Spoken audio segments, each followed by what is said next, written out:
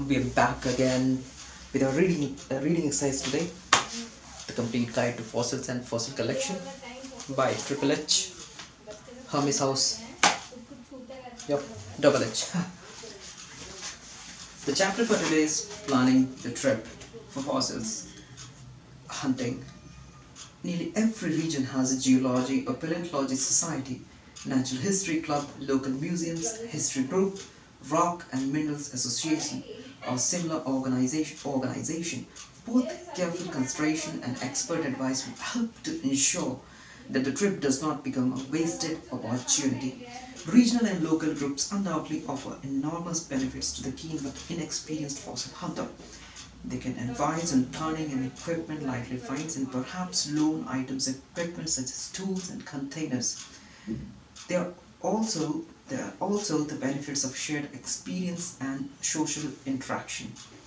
A visit to the local museums also helps to see the types of fossils found in the locality. Another way of gaining experience as a volunteer on an organized dig by a museum, university, or similar institutions. This can vary from a day or two at a local site to a longer period in a more exotic location. Some holiday companies specialize in these types of breaks and vacations. It can be an invaluable experience to mix with the experts and learn from their knowledge with the on-job training. Equipment.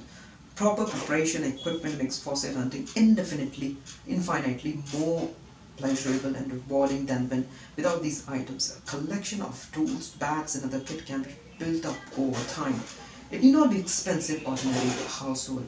It need not be expensive. Ordinary household items, do-it-yourself tools will often do until the proper versions are affordable. Clothing and safety.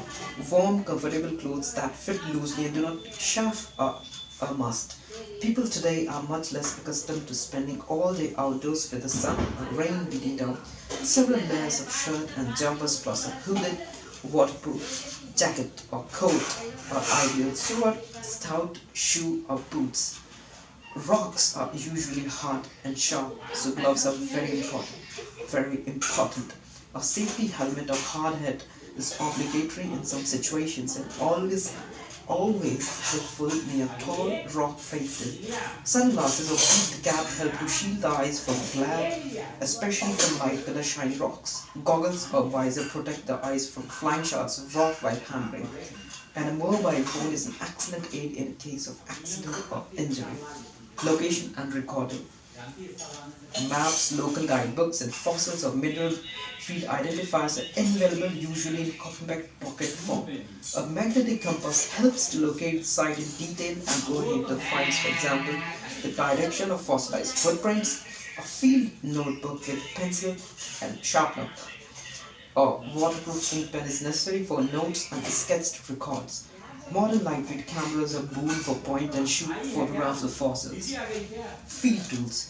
The main hand tools for field work are geological hammer with one blunt face and one pickaxe. Guarded chisels, usually cold chisel with hardware blades and plastic hand grips which protect against hammer blows to the hand. Wood chisels are not suitable. A mallet for use with the chisels, although the geological hammer may suffice. Trowels large and small for lifting, picking at loose items. Brushes generally small and large paintbrush for sweeping away fine loose debris. Gem brushes are excellent. Hand lens or magnifier to study small details. Sieves to separate actual specimen from loose sediment such as fine gravel, sand, or silt. These can be lightweight plastic of rigid or collapsible fold-away design. Containers. A selection of plastic or canvas bags is ideal for carrying fossils. Newspaper, tissues, or kitchen paper can be used to protect them in transit.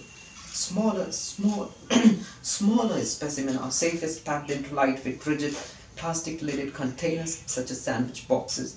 See also equipment for plastering or jacketing fossils. All of this and more is best carried in sturdy backpack or knapsack. This leaves both hands free and is comfortable to wear rather than hold, especially when supporting packages of heavy fossils, and is easier to balance when walking in rough country with uneven terrain underfoot.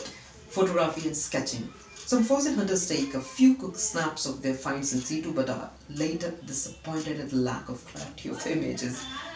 Now we are having the digital cameras in all our devices, so I think we are lucky in this perspective now.